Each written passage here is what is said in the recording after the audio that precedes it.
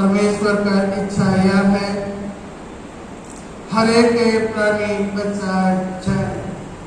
सर्वशक्तिमान पिता पुत्र पवित्र आत्मा के नाम से आमीन।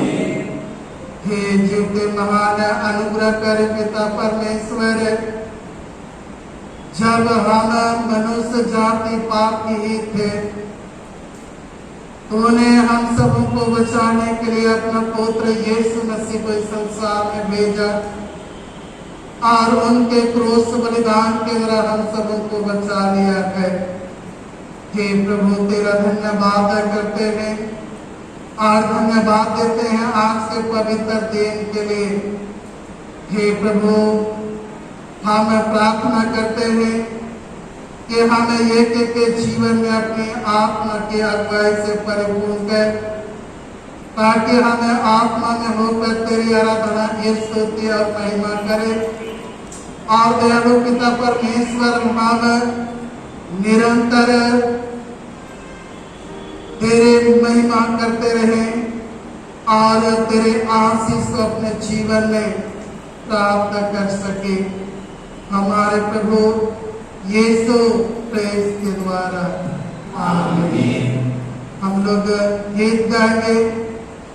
गीत नंबर 5वां, पहला, दूसरा और अंतिम पद।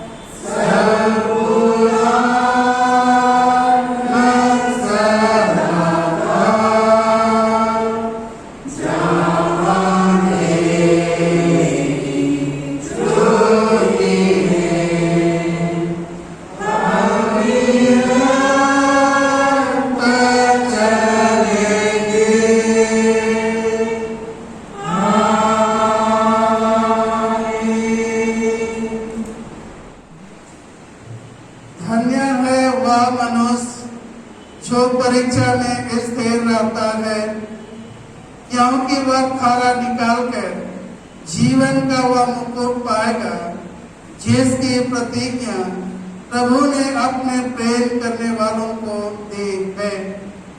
प्रभु यीशु ख्रिस्त का अनुग्रह, परमेश्वर पिता का प्रेम और पवित्र आत्मा की सहभागिता आप सबों के साथ रहे। आमीन। हम शुद्धता की प्रार्थना एक साथ कहें।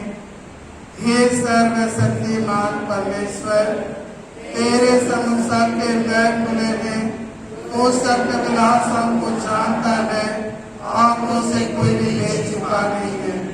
अपनी पवित्र आत्मा की प्रेरणा से हमारे हृदय के विचार को सुनकर और ये पवित्र नाम की स्तुति करे हमारे प्रभु श्रेष्ठ के द्वारा। आमीन। परमेश्वर की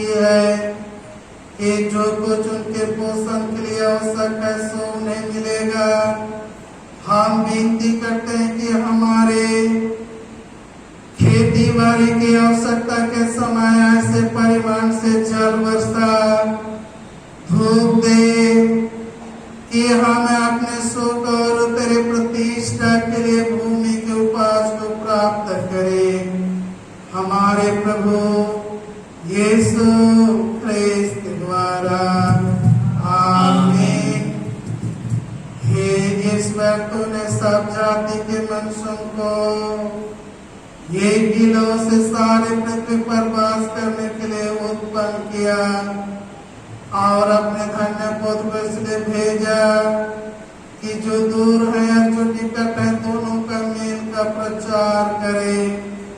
यह बंदी के देश के सब लोग तुझे टटोल कर पाए और हे स्वर्गीय पिता उस प्रतिज्ञा को शीघ्र पूरा कर जो तूने की है कि मैं सारे मनुष्यों पर अपनी आत्मा उंडे लूंगा। हमारे प्रभु यीशु क्रिस्त के द्वारा आमीन। ये समय हम लोग पुराना नियम और नए नियम से परमेश्वर का वचन सुनेंगे।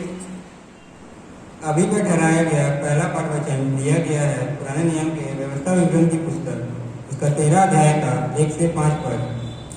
व्यवस्था विवरण की पुस्तक उसका 13 अध्याय का 1 से 5 पद।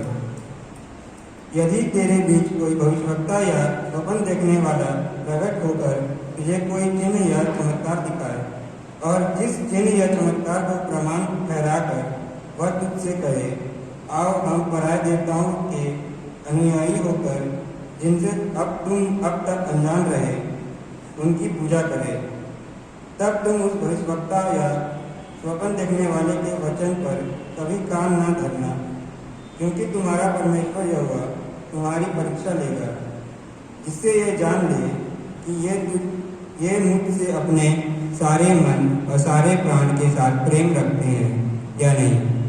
तुम अपने परमेश्वर यहोवा के पीछे चलना और उसका भय मानना और उसकी आज्ञाओं पर चलना और उसका वचन मानना और उसकी सेवा करना और उसी से लिपटे रहना। और ऐसा भविष्यवक्ता या स्वप्न देखने वाला जो तुमको तुम्हारे उस परमेश्वर यहोवा से फेर के जिनसे तुमको मिस्र देश से निकाला और दासताओं के घर से छुड़ाया है, तेरे उसी परमेश्वर यहोवा के मार्ग से बहकाने की बात कहने वाला ठहरेगा। इस कारण वहाँ मार डाला जाए। इस रीति से तू अपने बीच में से ऐसी बुराई को दूर कर देना। ये परमेश्वर का वचन है। परमेश्वर का धन्यवाद हो। इस समय कृपया मंडली खड़े हो जाएंगे। भजन संहिता भजन संख्या 91 1 से 3 पद और 9 से 12 पद, इसे हम बारी से पढ़ेंगे। भजन संहिता 91 1 से 3 और 9 से 12 पद। जो प्रधान की छाया स्थान में बैठा रहे वह सर्वशक्तिमान की छाया में ठिकाना पाएगा।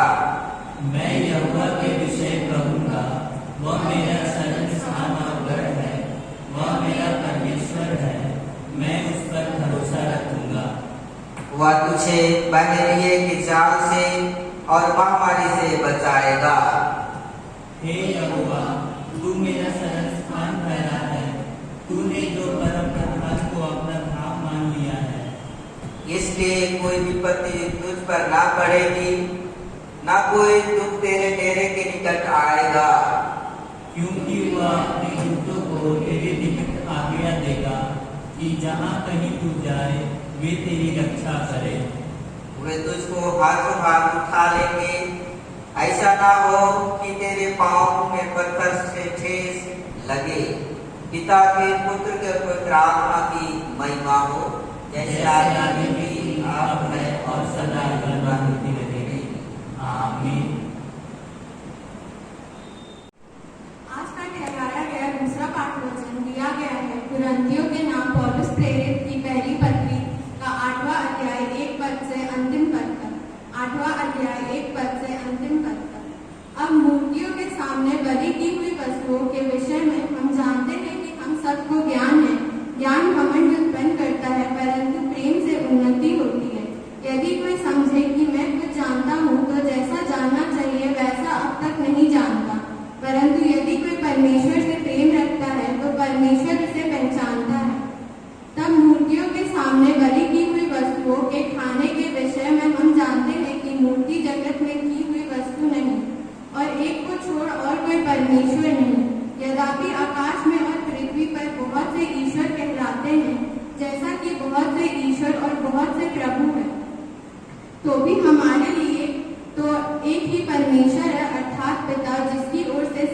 वस्तुएं हैं और हम उसी के लिए हैं, और एक ही प्रभु है अर्थात यीशु मसीह जैसा, जिसके द्वारा सब वस्तुएं हुई और अब हम भी उसी के द्वारा हैं।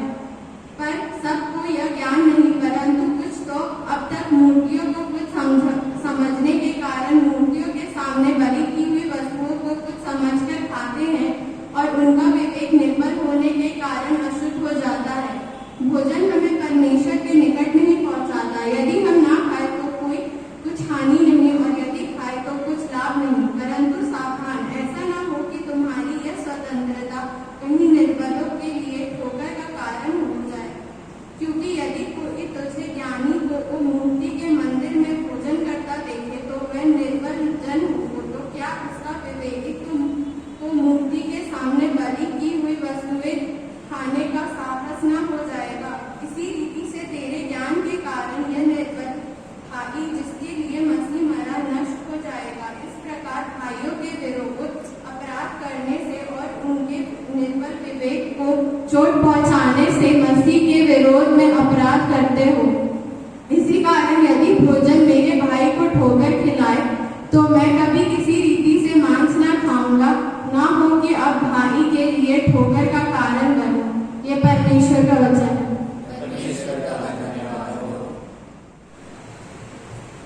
सुसमाचार सुनने से पहले हम गीत गाएंगे। गीत नंबर 217, पहला, दूसरा और अंतिम पद।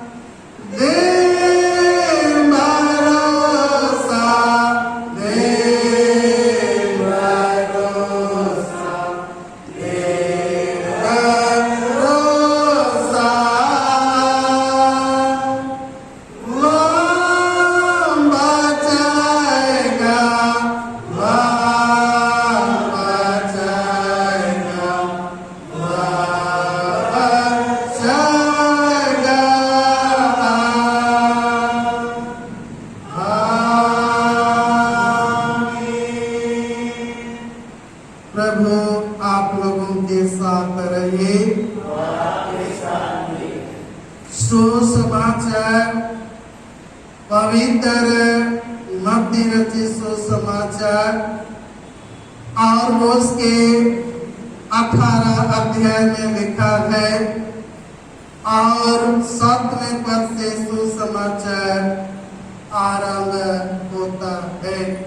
हे प्रभु यीशु ख्रिस्त तेरी महिमा हो।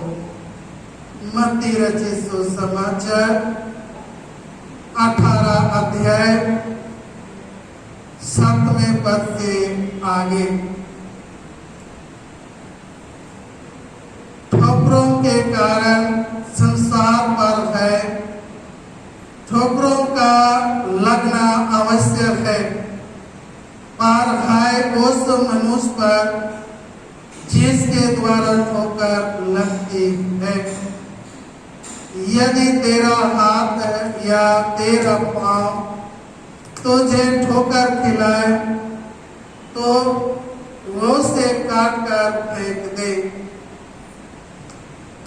ठूठा या लंगड़ा होकर जीवन में प्रवेश करना तेरे लिए ये से भला है कि 2 हाथ या 2 पांव रहते हुए तो अनंत आग में डाला जाए।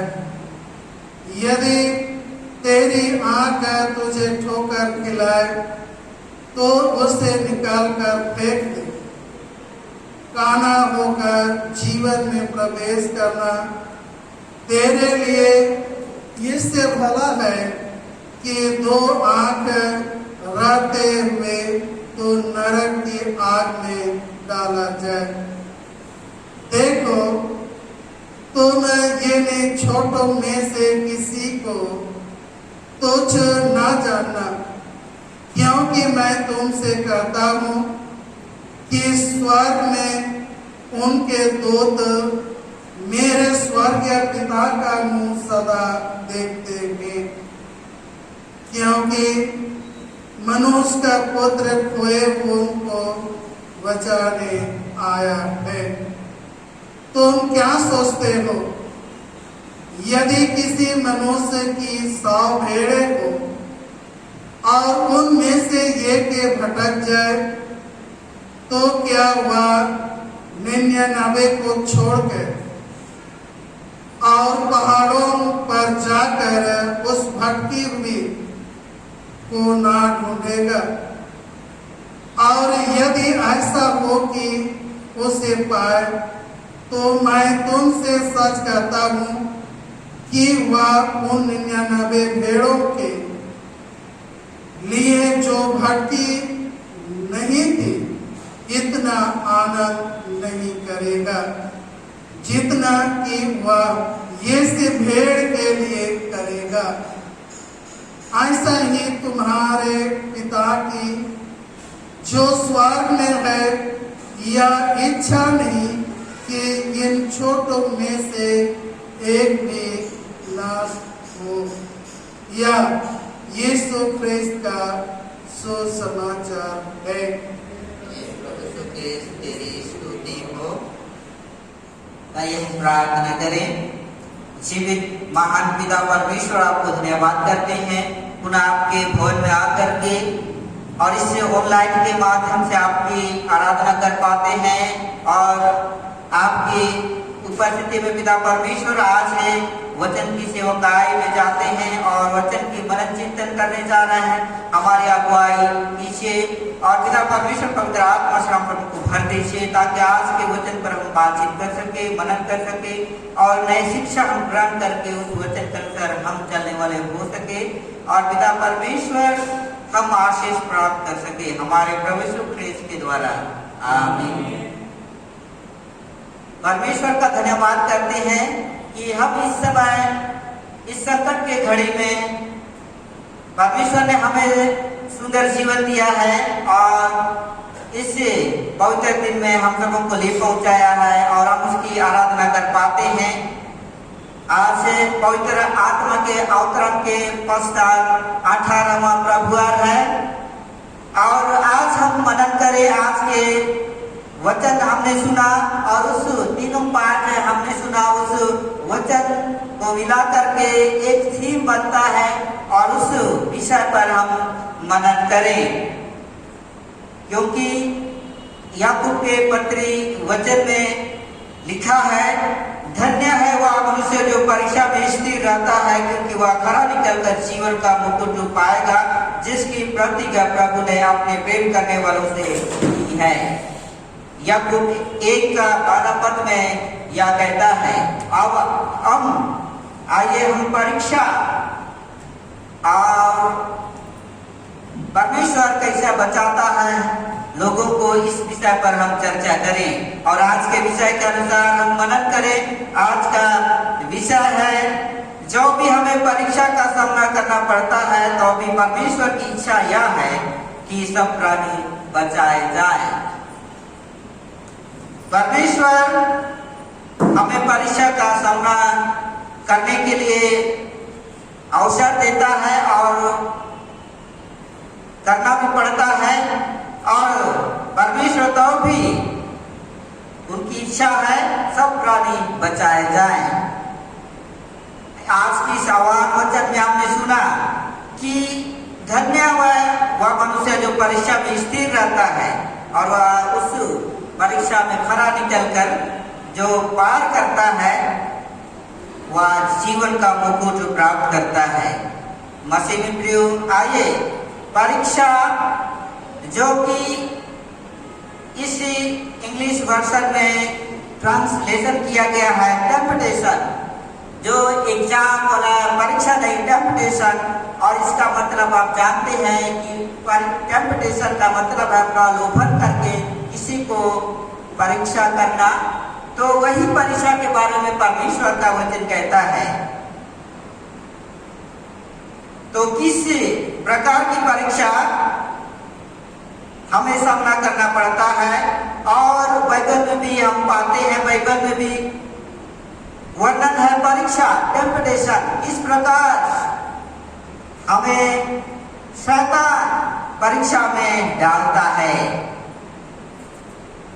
जैसा आरंभ में हमने आदम और हवा के बारे में सुना है और बाइबल में हम पाते हैं आदम हवा जब अपना गार्डन बगीचा में रहते थे, सुंदर सुंदर वृक्ष हुआ करते थे, फल हुआ करते थे, उसी समय शैतान आता है, परीक्षा करता है। कैसे परीक्षा करता है देखिए यहाँ पर उत्पत्ति की किताब हम देखेंगे, उसका 3 अध्याय, अब 1 से हम पढ़ेंगे, हम पाएंगे वहाँ 3 अध्याय, 1 से आगे हम पढ़ेंगे तो वहाँ वर्णन मिलता है, लेकिन 3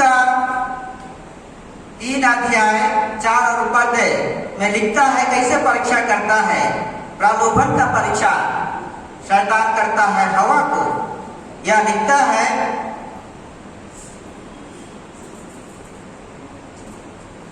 पर जो वृक्ष वाटिका के बीच में है उसके फल के विषय में परमेश्वर ने कहा है कि ना तो तुम उसको खाना और ना उसको छूना, नहीं तो मर जाओगे। तब सर्प ने स्त्री से कहा, तुम निश्चय ना मरोगे, वरन परमेश्वर आप जानता है कि जिस दिन तुम उसका फल खाओगे उसी दिन तुम्हारी आंखें खुल जाएंगी और तुम भले बुरे का ज्ञान पाकर परमेश्वर के तुल्य हो जाओगे। ऐसा फरमाता है और प्रलोभन देता है, क्या कहा कि उसके समान हो जाओगे, परमेश्वर के समान हो जाओगे, ज्ञान पाकर परमेश्वर के तुल्य हो जाओगे। ऐसा प्रलोभन देता है, परीक्षा ऐसा परीक्षा देता है परमेश्वर। परमेश्वर का दास जो आदम और हवा शैतान परीक्षा करते हैं। हम देखते हैं यीशु मसीह के जीवन में भी परीक्षाएं आई, और ये टेम्पटेशन जो परीक्षा, प्रलोभन का परीक्षा, मत्ती रचित सुसमाचार 4 अध्याय में हम पढ़ेंगे 1 से आगे, जो कि वहाँ लिखता है कि 3 प्रकार की परीक्षा आई, प्रलोभन दिया। जब परिस्थिति के अनुसार ही शैतान दिखता है, परीक्षा देता है। यीशु को भूख लगी और उसी समय रोटी का प्रलोभन देता है कि पत्थर रोटी बन जाए। और जो आगे हम देखते हैं पूरी सारी दुनिया को दिखाता है, मुझे प्रणाम कर, और उस ऊंची चोटी में ले जा करके कहता है कि जंप कीजिए, कूदिए कि आप नहीं मरेंगे। ऐसा परीक्षा करता है और उस परीक्षा में यीशु मसीह पार होकर खरा निकल करके उस जीवन का मुकुट में प्राप्त किया। और हम आज के पहला पाठ में हमने सुना कि पहला पाठ में भी जो परीक्षा है, जो कि व्यवस्था विवरण की पुस्तक 13 अध्याय में हम सुन रहे थे, जो परीक्षा आएगी हमारे जीवन में, चाहे इस्राएलियों के जीवन में आया। 13 अध्याय 1 से 4 में हम पढ़ते हैं, तो ऐसा ऐसा अगुआ आएंगे, भविष्यद्वक्ता आएंगे, स्वप्न देखने वाले आएंगे, आपके बीच चमत्कार करने वाले आएंगे। व्यवस्था विवरण की पुस्तक इस 13 अध्याय में लिखता है कि चमत्कार वाले आएंगे, आपको चमत्कार दिखाएंगे। जादू टोना वाले आज के संदर्भ में आते हैं, चमत्कार दिखाएंगे और कहते हैं मेरा प्रभु सही है, आप दंडवत कीजिए, पूजा कीजिए, प्रणाम कीजिए। इस व्यवस्था विवरण की पुस्तक में यही वर्णन है। 13 अध्याय 1 से हम आगे पढ़ेंगे कि चमत्कार करने वाले आएंगे। ऐसे समय में जो इस्राएलियों को बंधुआई से छुड़ाया, उस परमेश्वर को भूल करके चमत्कार जो अभी दिखाएंगे जादू टोना के माध्यम से, चाहे आप अनेक प्रकार का चिन्ह दिखाएंगे, स्वप्न देखने वाले लोग आकर के आपको प्रलोभन देंगे कि मेरा ईश्वर अच्छा है, प्रणाम करें। स्मरण रखें, क्या हमारे बीच में भी ऐसा चुनौती आएगी, ऐसा परीक्षा आएगी जो हम दंडवत करेंगे? हाँ, आ सकता है। आज के संदर्भ में हम देखते हैं कि इनके जीवन के समय में आया, इस्राएलियों के जीवन में, जो कि दंडवत किया, अपना सच्चा ईश्वर को भूल करके जो देवी देवताओं की पूजा की। हमारे बीच में भी ऐसा आ सकता है और हो रहा है। हमें सतर्क और सावधान रहने की आवश्यकता, ऐसा परीक्षा में खरा निकलने की आवश्यकता है। हम देखते हैं कि हमारे जीवन में भी अनेक प्रकार की परीक्षाएं आएंगी, ऐसा जो आदम और हवा के जीवन में प्रलोभन का परीक्षा आए और यीशु मसीह के जीवन में आया प्रलोभन, तो हमारे जीवन में भी परिस्थिति के अनुसार आएंगे और उम्र के अनुसार आएंगे। क्योंकि परमेश्वर का वचन कहता है, पहला पत्रस 5:8 में लिखता है, सचेत रहो और जागते रहो, क्योंकि तुम्हारा विरोधी शैतान गरजने वाले सिंह के समान इस खोज में रहता है कि किसको फाड़ खाए। जो शैतान इस ताक में रहता है कि किसको फाड़ खाए। शैतान हमारी ताक में रहता है और परीक्षा करते रहता है कि कब से गिरे और हम अपना गुलाम बनाएंगे। इसीलिए पत्रस इस पत्री को लिखता है कि सावधान, सतर्क रहें। हमें भी आज सतर्क रहने की आवश्यकता है। उम्र के अनुसार से, परिस्थिति के अनुसार से शैतान परीक्षा लेता है हमारा। जैसा जवान लड़का चाहे लड़की, उस उम्र में ज्यादा लड़का चाहे लड़की किस तरह से हम गिराएंगे, इसका जो रणनीति अपनाता है शैतान, हम जानते हैं। और इससे हम करीबी से हम जानते हैं कि जवान लड़का या लड़की किस चीज से हम गिराएंगे। ये शैतान भी जानता है, हम भी जानते हैं। लेकिन क्या और हकीकत है और होता है, जैसे लड़का जो कि व्यभिचार के पाप में, चाहे नशा, चाहे दारू पीना, चाहे नशा, ये इस चीज में गिराने का प्रयास करता है शैतान। और इस चीज से लगभग 100 में 90% लोग गिर चुके हैं। और होता है ऐसा, उम्र और परिस्थिति के अनुसार शैतान गिराता है। और इस परीक्षा में हम खरा निकल जाते हैं, सचेत हो जाते हैं, तो गरजने वाला सिंह हमको खा नहीं सकता है, फाड़ नहीं सकता है। इसीलिए सतर्क रहें। इस उम्र के लोग, जो टीन एज के लोग हैं, वो जल्दी गिर जाते हैं।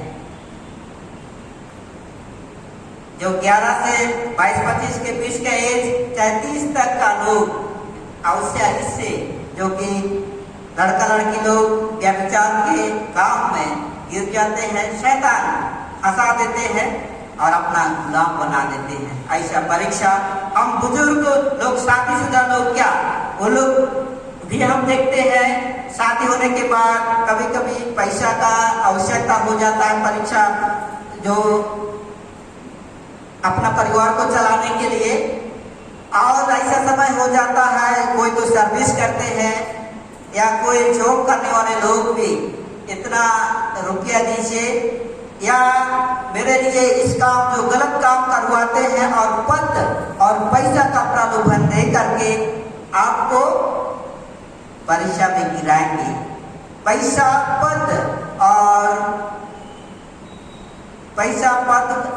और गलत तरीका से आपको काम करवाएंगे और परीक्षा में गिराएंगे, जो कि आपका परिवार अच्छा सुंदर से चलेगा और आपका बड़ा बिल्डिंग होगा, मंजिल होगा और आप खुश चैन से रहेंगे, ऐसा प्रलोभन भी मिलेगा। मसीह में प्रियो, इस चीज से हमें सतर्क रहने की आवश्यकता है। आदम और हवा को प्रलोभन मिला, यीशु को प्रलोभन मिला, लेकिन सतर्क रहे, सावधान हुआ। यीशु ने सावधान रहा और ये परीक्षा में पास हुआ, लेकिन हवा जो फेल हुआ उसका नतीजा मृत्यु को हम देखते हैं।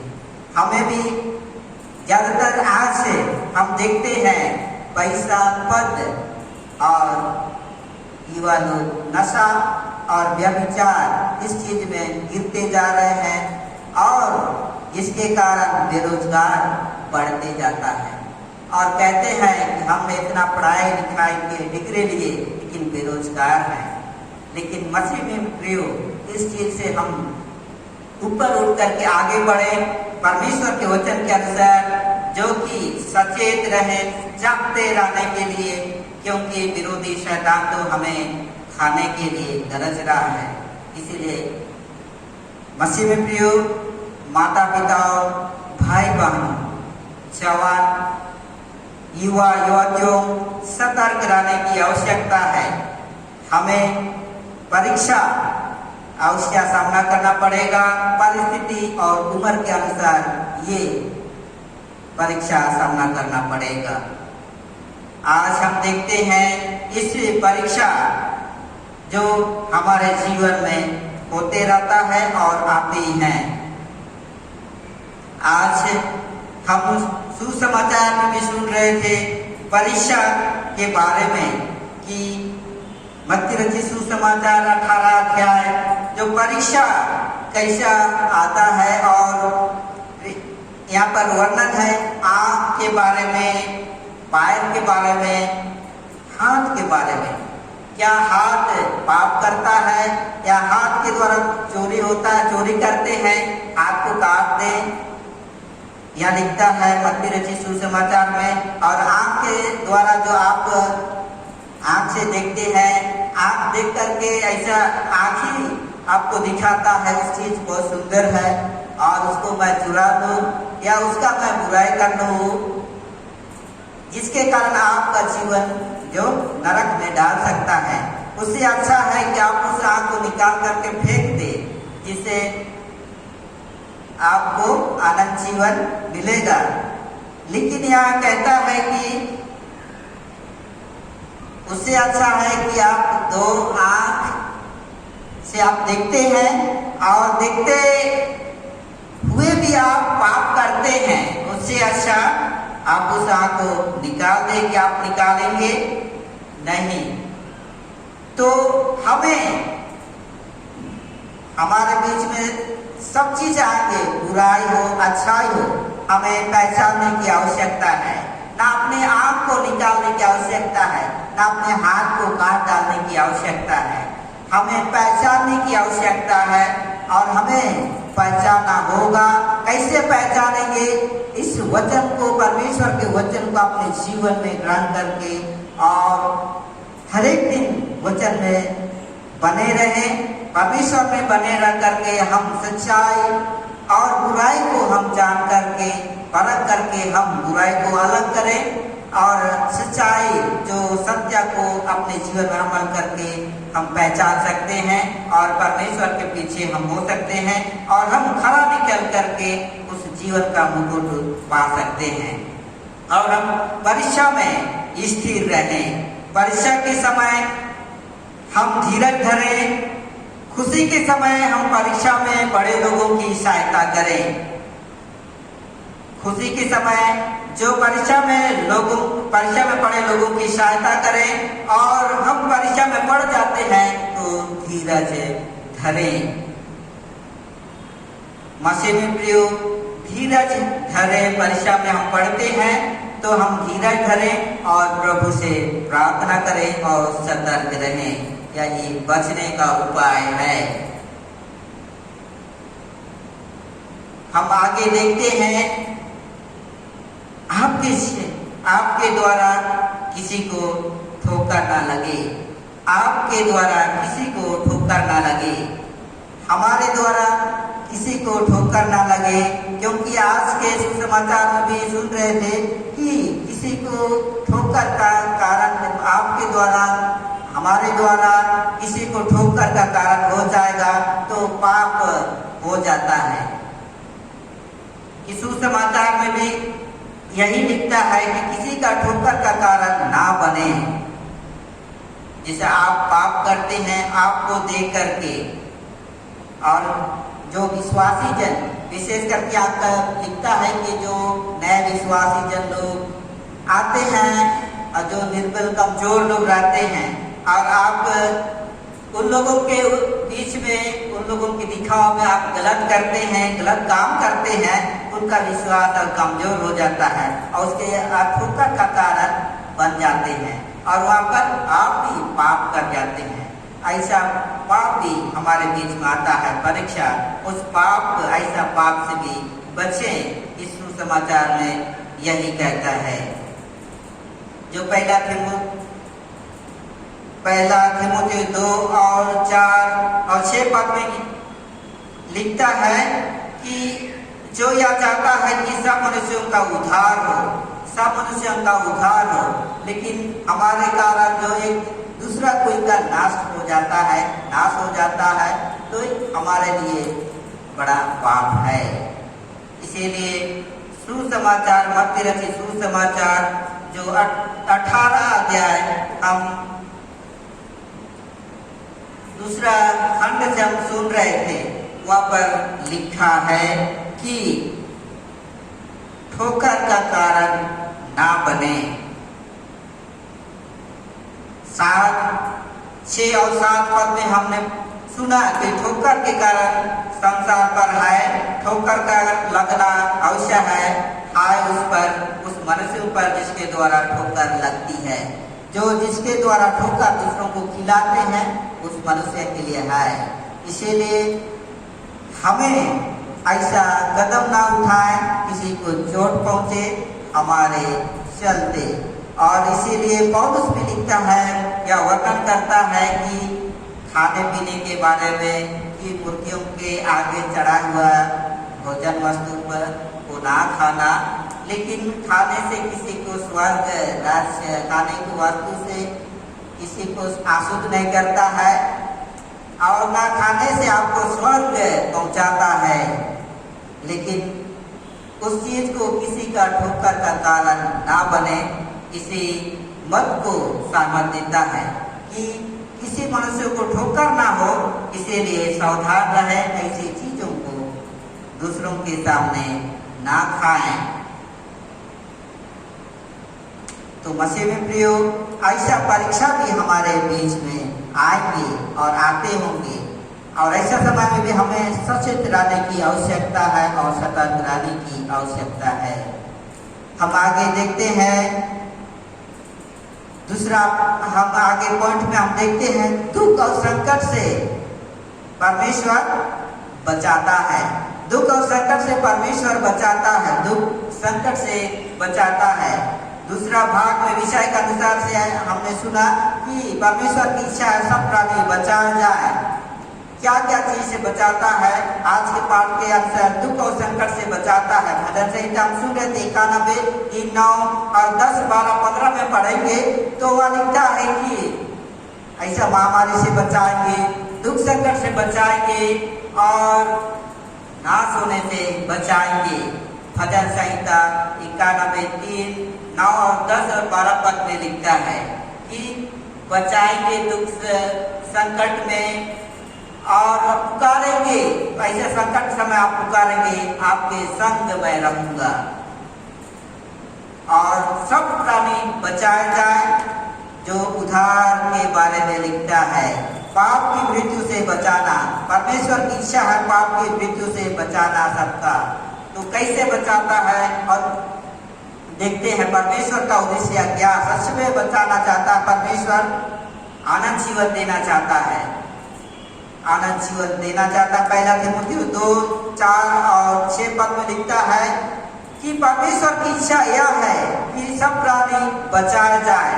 पाप की मृत्यु से बचने के लिए लिखता है, जो यह चाहता है, परमेश्वर चाहता है कि सब मनुष्यों का उद्धार हो और वे सब सत्य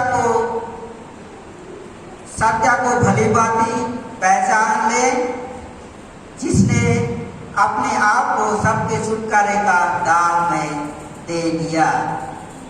परमेश्वर चाहता है कि सब मनुष्यों का उद्धार हो, सब प्राणी बचाए जाएं और उसके छुटकारे का जो लहू, उस लहू से मोल लिया गया हम सबको।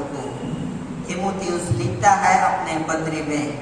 तो मसीह में प्रियो, परमेश्वर सचमुच में चाहता है सब प्राणी उद्धार पाए और हम उद्धार प्राप्त करेंगे। आगे लिखता है, मत्ती भी इस मत पे सहमत है। आज के सुसमाचार में सुन रहे थे और उससे हम थोड़ा पढ़ेंगे तो लिखता है आगे 18 का 11 में, क्योंकि मनुष्य का पुत्र खोए हुओं को बचाने आया है, खोए हुओं को बचाने आया है। मनुष्य का पुत्र यीशु मसीह जो पाप में डूबे हुए खोए हुए हैं, उन लोगों को खोजने के लिए आया है, बचाने के लिए आया। परमेश्वर चाहता है सब बचाया जाए। मनुष्य पाप में गिर गए हैं, परीक्षा में गिर गए हैं, आगे योजना बनाता है कि बचाए जाए। यूहन्ना का 6 और 39 पद में लिखता है, मेरे भेजने वाले की इच्छा है कि जो कुछ उसने मुझे दिया उसमें से मैं ना खो, परंतु आनंद जीवन पाए और अंतिम दिन फिर जिला उठाऊंगा। क्योंकि यीशु मसीह कहता है कि जो परमेश्वर ने मुझे भेजा है और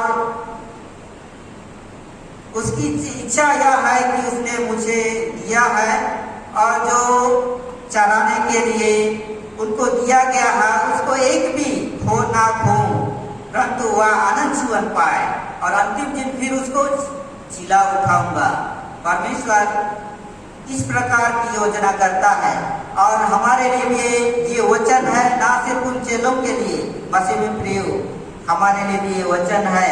हमें भी यीशु में बन करके, यीशु में रह करके आगे बढ़ने की आवश्यकता है, क्योंकि हमारे लिए यीशु मसीह आया, हमारे लिए ही इस जगत के लिए आया। हम जानते हैं कि यूहन्ना 3 का 16 में सब जगत के लिए आया, सब मनुष्यों को बचाने के लिए, सब प्राणियों को बचाने के लिए। यूहन्ना 10:10 में लिखता है, मैं इसलिए आया कि वे जीवन पाए और बहुतायत से पाए। यूहन्ना 3:17 में लिखता है, जगत उसके द्वारा उद्धार पाए, जगत उसके द्वारा उद्धार पाए। किसके द्वारा? यीशु मसीह के द्वारा। यूहन्ना 3:17 में लिखता है, यीशु मसीह के द्वारा जगत उद्धार पाए। यानी योजना, इच्छा जो परमेश्वर का है, सब प्राणियों को बचाने का ही है, आनंद जीवन पाने के लिए ही है यीशु मसीह का आना। आगे पॉइंट हम देखते हैं, तो हम आनंद जीवन पाने के लिए क्या करें? यीशु मसीह ने तो अपना योजना बनाया, परमेश्वर ने तो अपना योजना किया कि सब प्राणी बचाए जाए। तो उस आनंद जीवन पाने के लिए हम क्या करें? यूहन्ना 3:16 में लिखता है, जो कोई उस पर विश्वास करे वह नष्ट ना हो, परंतु आनंद जीवन पाए। जो कोई विश्वास करे, हमारा कर्तव्य, हमारा काम है, अब मसीह का काम है विश्वास करना। विश्वास करना, जो कोई विश्वास करे वह नाश ना हो परंतु आनंद जीवन पाए। मरकुस 16:16 में लिखता है, विश्वास करे और बपतिस्मा ले उसी का उद्धार होगा। विश्वास करे और बपतिस्मा ले उसी का उद्धार लेगा, उसी का उद्धार होगा। और पौलुस रोमियो को लिखता है अपना पत्री में कि यीशु को अपना मुंह से यीशु मसीह अंगीकार करे उसी का उद्धार होगा। पौलुस रोमियो के नाम से पौलुस के पत्र उसका 10 अध्याय में हम पढ़ेंगे तो वह लिखता है कि यीशु ही है जो उद्धार देने वाला। रोमी 10 और 9 से आगे हम पढ़ेंगे, 10 और 9 यहाँ लिखता है, यदि तू अपने मुंह से यीशु को प्रभु जानकर अंगीकार करे और अपने मन से विश्वास करे कि परमेश्वर ने उसे मरे हुए में से जिलाया तो निश्चय उद्धार पाएगा। जो यीशु मसीह को सचमुच में आप विश्वास से अंगीकार करेंगे और ग्रहण करेंगे निश्चय उद्धार पाएंगे, क्योंकि धार्मिकता के लिए मन से विश्वास किया जाता है और उद्धार के लिए मुंह से अंगीकार किया जाता है। क्योंकि पवित्र शास्त्र यह कहता है, जो कोई उस पर विश्वास करेगा वह लज्जित न होगा। यहूदियों और यूनानियों में कुछ भेद नहीं, इसलिए कि वह सबका प्रभु है और अपने सब नाम लेने वालों के लिए उद्धार है। क्योंकि जो कोई प्रभु का नाम लेगा वह उद्धार पाएगा। जो प्रभु का नाम लेगा उद्धार पाएगा। जो यीशु को अपना मुंह से अंगीकार करेगा उसी का उद्धार होगा। जो विश्वास से मन से विश्वास करेगा परमेश्वर ने उद्धार करता है, उद्धार पाएंगे। हमें विश्वास और मन से अंगीकार करने की आवश्यकता है और मुंह से अंगीकार करने की आवश्यकता है, तब हम उद्धार पाएंगे। अनंत जीवन पाने के लिए विश्वास करें, मन से विश्वास करें और मुंह से अंगीकार करें, प्रभु ही उद्धार देने वाला, हम उद्धार पाएंगे। हम और क्या करें, दूसरा पॉइंट में हम क्या करना चाहेंगे, क्या करेंगे, पश्चाताप करें। पश्चाताप करें, सचमुच में पश्चाताप करने से उस अनंत जीवन को हम पाएंगे। हाँ पाएंगे। उदाहरण के रूप में निनिवे के नगर में के लोगों के बारे में आप जानते हैं, योना नबी की पुस्तक 3 अध्याय 10 पद में लिखता है, जब परमेश्वर ने देखा, उनके कामों को देखा कि वे कुमार्ग से फिर रहे हैं, तब परमेश्वर ने अपनी इच्छा बदल दी और उनकी जो हानि करने की ठानी थी उसको ना किया। क्यों? क्योंकि निनिवे नगर के लोग पाप करते थे, पापी थे, पाप से भर गए थे निनिवे नगर, और उस समय पश्चाताप करने के लिए आह्वान करता है और उन्होंने पश्चाताप किया और पश्चाताप के कारण उस निनिवे नगर के लोग बच गए और वो परमेश्वर ने हानि करने की ठानी थी उसको बदल दी। जो हम बच सकते हैं, ये उदाहरण हम देखते हैं। हमारे जीवन में भी कई प्रकार के पाप हैं, अपराध हैं, तो हमें पश्चाताप करें, हम पश्चाताप करें और हम अवश्य बच पाएंगे और उद्धार हमें प्राप्त होगा। और क्योंकि मत्ती भी 18 पद में 18 का 3 पद में लिखता है, मैं तुमसे सच कहता हूँ कि जब तक तुम ना फिरो और बालकों के समान ना बनो, तुम स्वर्ग के राज्य में प्रवेश करने ना पाओगे। मतलब हम पाप से ना फिरेंगे, अपने मन को दीन ना करेंगे, बालकों के समान ना बनाएंगे तो स्वर्ग के राज्य में प्रवेश नहीं करेंगे। इसका मतलब यह है कि हम सबों को पाप से फिरने की आवश्यकता, कुमार्ग से लौटने की आवश्यकता है, बालकों के समान बनने की आवश्यकता, अपने मनों को दीन करने की आवश्यकता है, कुमार्ग से लौटने की आवश्यकता है। तब हम मन फिराएंगे तो उस स्वर्ग राज्य को हम प्राप्त करेंगे जो परमेश्वर ने योजना किया है कि सब प्राणी बचाए जाएं। तो मसीह में प्रियो, हमारे बीच में परीक्षा आएंगे, टेम्पटेशन प्रलोभन की परीक्षा आएंगे। आदम हवा के जीवन में आया और खरा निकल कर के यीशु ने पाप किया, लेकिन आदम फेल हुआ। उसका नतीजा मृत्यु को देखते हैं और हमें खरा करने की आवश्यकता है, हमें सचेत रहने की आवश्यकता है। और उम्र के अनुसार से परीक्षा आएंगे और हमें युवा युवतियाँ, बुजुर्ग माता पिता और जवान सावधान हो जाए, सतर्क हो जाए। शैतान आपको फाड़ करने के लिए गरज रहा है और हमें दुख संकट आएंगे हमारे बीच में तो बचाएंगे। भजन संहिता 91 कैसे बचाता है, और हम देखते हैं यूहन्ना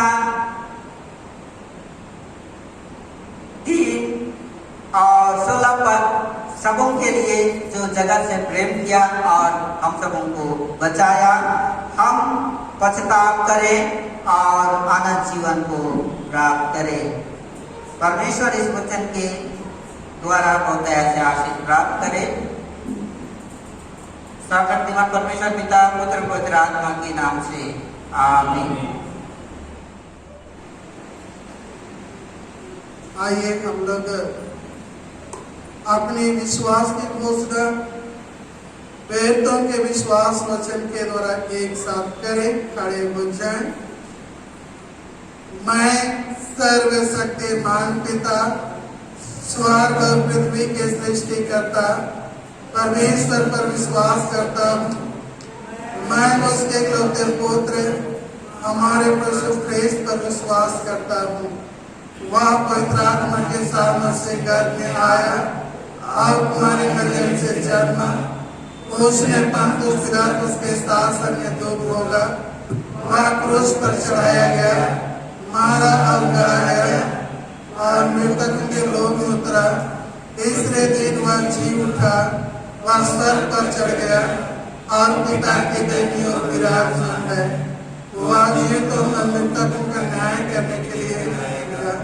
मैं पवित्र आत्मा पर, पवित्र सभा के कलीसिया पर, संतों की संगति, पापों की क्षमा, देह के पुनरुत्थान और आनंद जीवन पर विश्वास करता हूँ। आमीन। हम परमेश्वर का धन्यवाद करते हैं। परमेश्वर ने अब तक के जीवन में विशेषकर हमें महामारी से बचाया है, रक्षा की है और हमें आगे के जीवन को परमेश्वर के हाथ में समर्पित करें और प्रार्थना करें कि हम सभी और रामगढ़ पेरिस के सभी विश्वासियों को साथ ही साथ इस पृथ्वी में जितने भी मसीही परिवार में एक की रक्षा रखवाली करें, बचाए रखे। हे प्रभु, हमारी प्रार्थना सुन, हमारे दुआएं अपने पास पहुँचने दे। हम समस्त मनुष्य मानव जाति के लिए प्रार्थना करें और अपनी प्रार्थना को प्रभु ख्रीस्त के निरंतर निवेदन के साथ साथ अर्पण करें।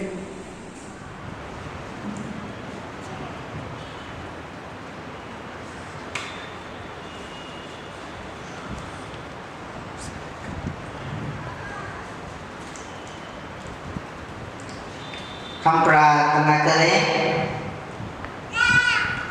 हे पिता, हम प्रार्थना करते हैं कि समस्त संसार में न्याय और शांति स्थापित हो और प्रत्येक व्यक्ति भरपूर जीवन प्राप्त करे।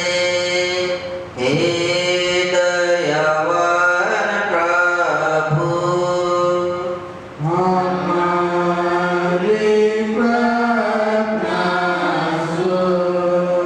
उन सब लोगों के लिए जो इस गांव, नगर, शहर में रहते हैं, उन सब बातों को दूर करने के लिए जिनसे आपसे फूट और झगड़े होते हैं और हमारे देश में सच्ची तंगी बढ़ने के लिए, हे दयावान प्रभु,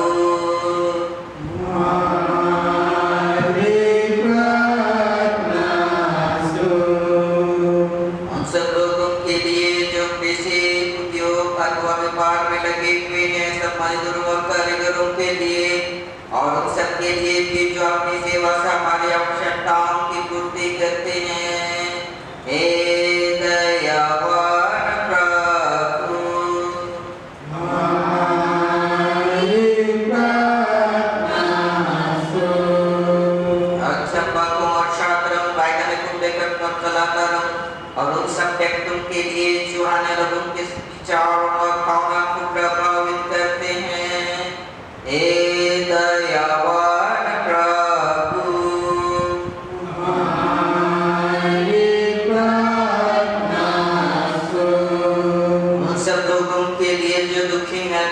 बेरोजगार हैं, भूखे प्यासे हैं, दरिद्र दलित हैं, बीमार और मरनसन हैं, विशेष करके कोरोना बीमारी से संक्रमित हैं, उनके लिए और उन सब व्यक्तियों के लिए जो ऐसे लोगों की सेवा और सहायता करते हैं। हे दयावान प्रभु,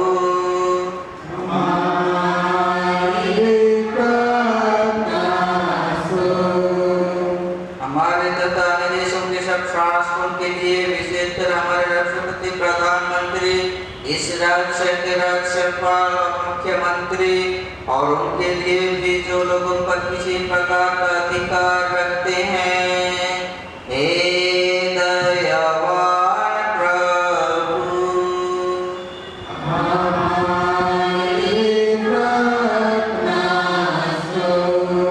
संपूर्ण मसीह समाज के और मेल मिलाप के लिए और समाज संसार में उनकी गवाही और सेवा कार्य के लिए, हे दयावान प्रभु,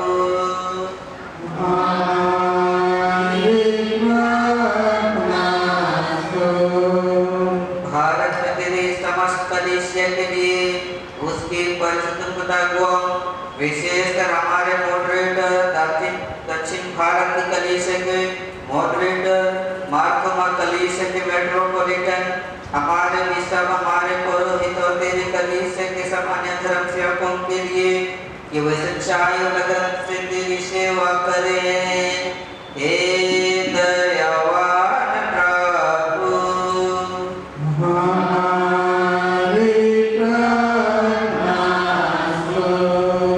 यह वर्त कि तेरे उस भक्तों के साथ जिन्होंने अपने जीवन में तेरी निष्ठापूर्वक सेवा की है, हम भी तेरे दर्शन के नित्य आनंद में संभागी हो सके। हे दयावान प्रभु,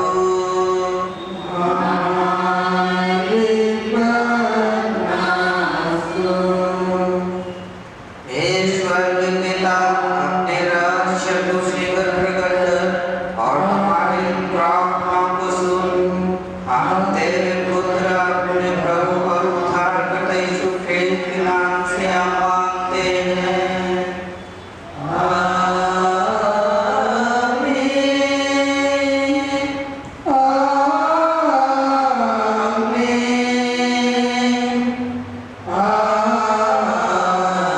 आमीन।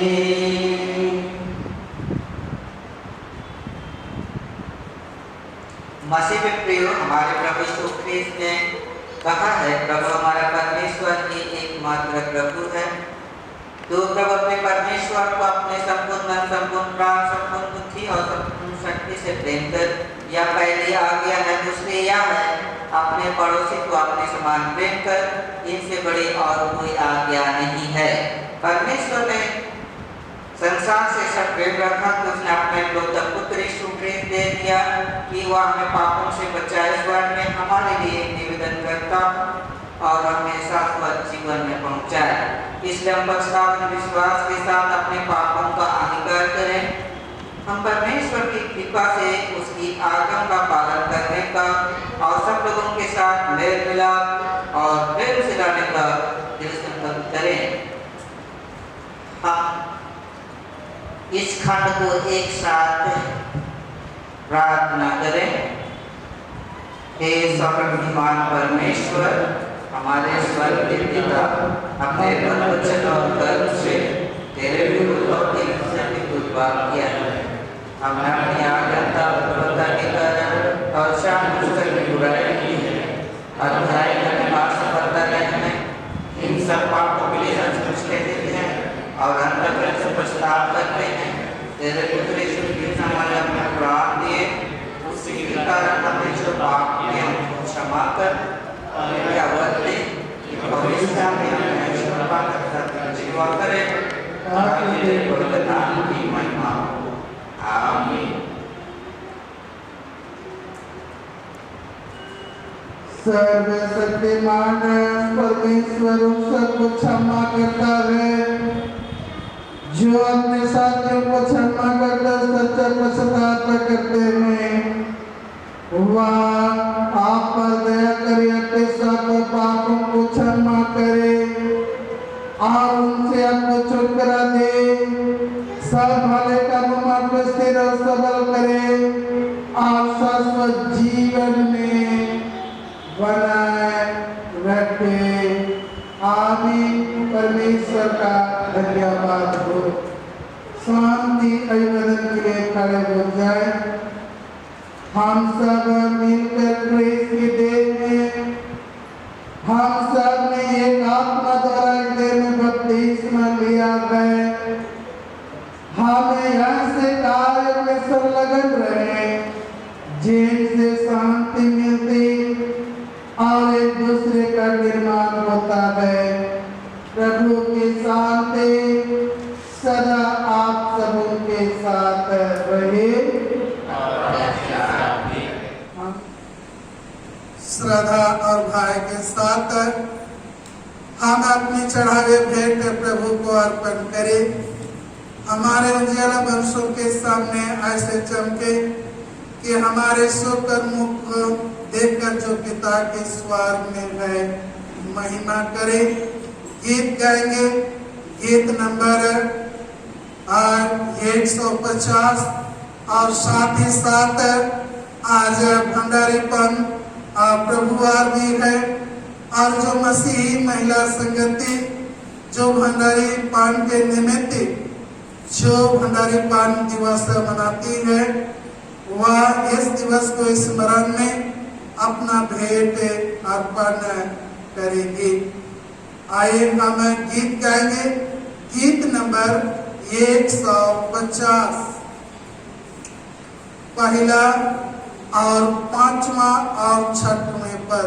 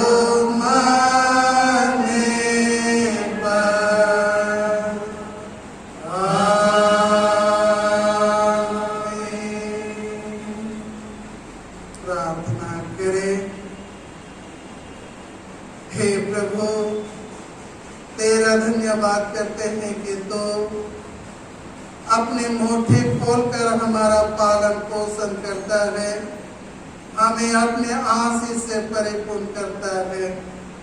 हे दयालु पिता परमेश्वर, हम प्रार्थना करते हैं कि हमने ये समय है प्रभु आराधना के अवसर पर तेरे दिए हुए संपत्ति में से हम तुझे भेंट अर्पण किए हैं। प्रार्थना करते हैं इस दान को अपने नाम की महिमा और अपने लोगों के भलाई के लिए स्वीकार कर, और दयालु पिता परमेश्वर जिस भंडार से यह भेंट अर्पण की गई है उसे सदा भरा पूरा रख, यीशु क्रिस्त के नाम में प्रार्थना करें। बैठ जा अथवा घुटना टेके। हे सेनाओं के यहोवा परमेश्वर,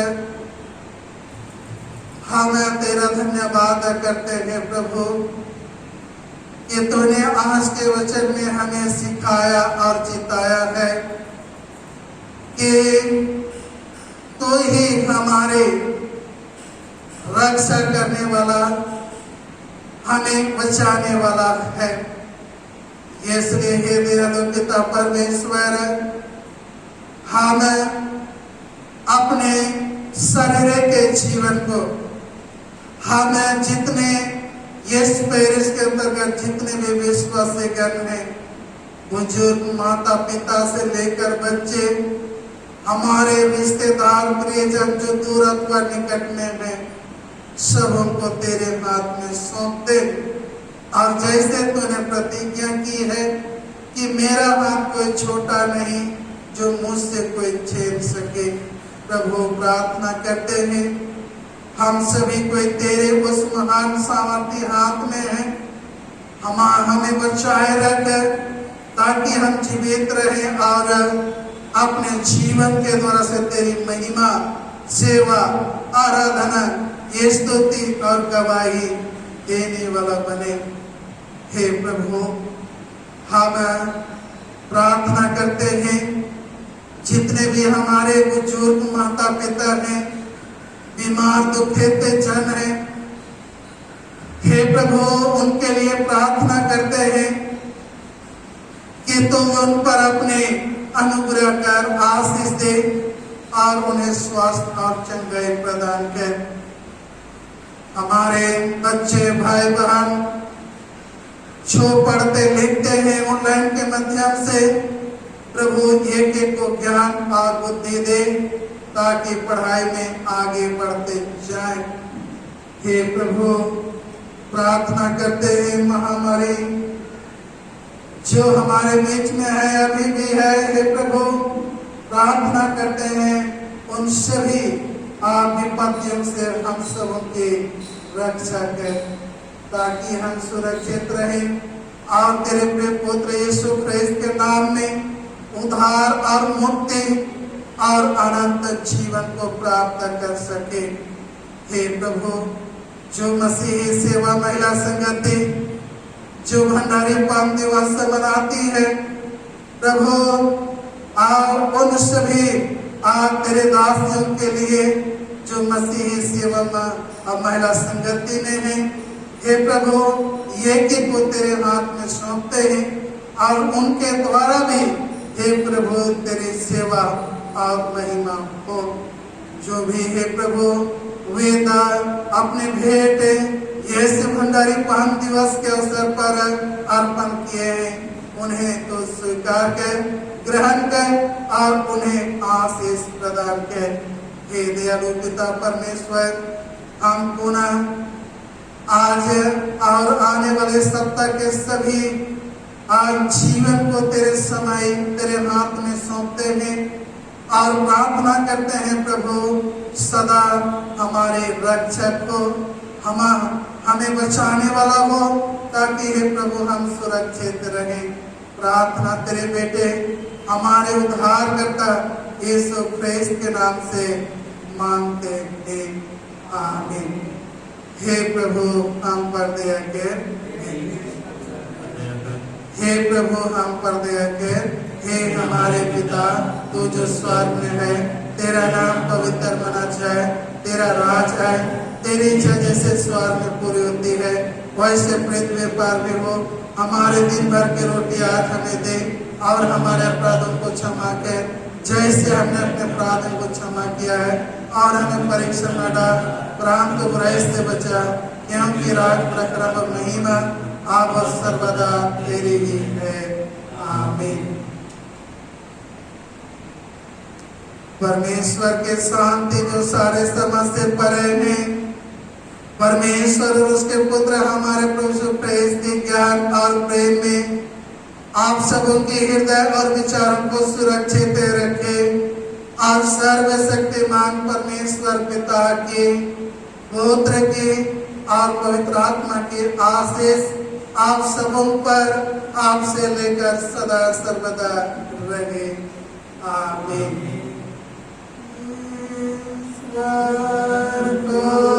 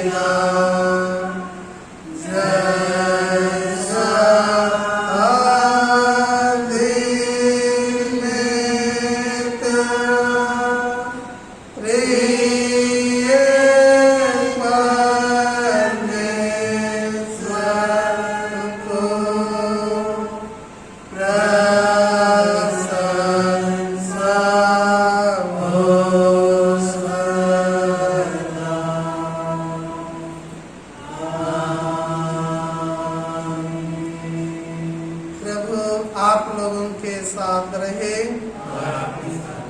हम प्रभु को धन्य कहें। हम कुशल से विदा हो प्रभु के नाम से। आमीन। यीशु है।